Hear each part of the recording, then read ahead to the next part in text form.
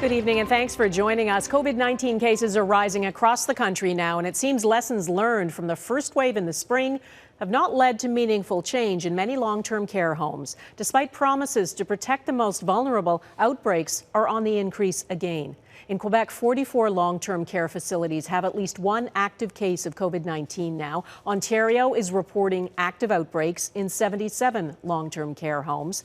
The problem is so concerning, Ontario's Independent Commission into Long-Term Care felt compelled to release some of its recommendations early. Among them, not to delay fixing critical staffing shortages. It says a study on how to do that was released in July, and that further study of the study is not necessary. What is required is timely implementation.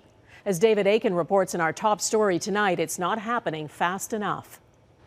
In Quebec, the government has deployed what it described as SWAT teams to 4 long-term care homes where COVID-19 has come back. That province is determined not to repeat the scenes from the spring. In a virus that is so difficult to control, I think we've done a good job so far. Canada's top public health official says the outbreaks are different in this wave. What we have seen is that the numbers of long-term care facility outbreaks have increased, including in Quebec and in Ontario. The size of the outbreaks are smaller than in the initial wave.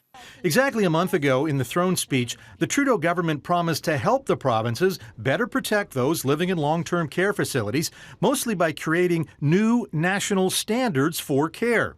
So far, though, no legislation has been put before Parliament, and developing national standards has only come up in passing on the bi-weekly calls the Prime Minister has with the premiers. I think the first step, and one of the advantages of a federation like Canada, is we can learn from each other on how to deal with particular challenges. Premiers are unanimous that the one thing Ottawa must do is give them more money for long-term health care. No problem at all sitting down with the federal government and coming up with a collaborative plan. But most of all, we need funding. Meanwhile, hospitals in Ontario are warning that elective surgeries may have to be canceled because hospitals are being used to help manage the outbreak in long-term care homes. 200,000 elective surgery procedures were canceled in the spring wave, and now hospitals are worried the same may happen in the fall wave. Donna? All right, David Akin in Ottawa, thank you. We know the virus is spreading through communities, and in some places it's moving too fast for contact tracers to break the chain of transmission. That is deeply worrying. Manitoba, which has the highest number of active cases per capita in Canada, reported 163 new cases today. 51 people are in the hospital there with the virus, and that's a new record too. Most vulnerable, again, are people in long-term care homes. Brittany Greenslade reports from Winnipeg. It's home to Manitoba's deadliest care home outbreak, and the struggles at Parkview Place has doctors raising red flags. If I had parents there, I'd be concerned. The facility has 108 positive COVID-19 cases, including Winnipeg's latest death and the 15th at Parkview Place.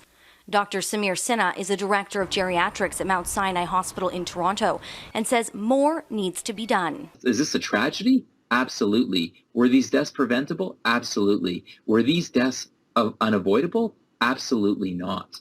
A March inspection of the care home found major concerns with cleanliness and infection control, and Saturday's first in-person inspection since had health officials say there is an immediate need for more training on outbreak protocols. We're reliving an experience in Winnipeg right now at Parkview that we've seen repeatedly played out, and frankly, things that have taught us what not to do. In Ontario, an Ottawa long-term care home faced a similar outbreak with comparable numbers. More than 100 people linked to the West End villa have tested positive for the virus, and 15 residents have died. The Ottawa hospital has since taken over patient care, a move Manitoba's health critic says should happen here. At this point, I think the government needs to step in, take over management, and make sure that residents, staff are safe and receive the care and the resource that they deserve. But the province has no plans to take over care at Parkview Place. We don't have any immediate plans for me to order any place to be taken over. The province says instead it will work on the home's staffing issues and providing extra resources. Brittany Greenslade, Global News, Winnipeg.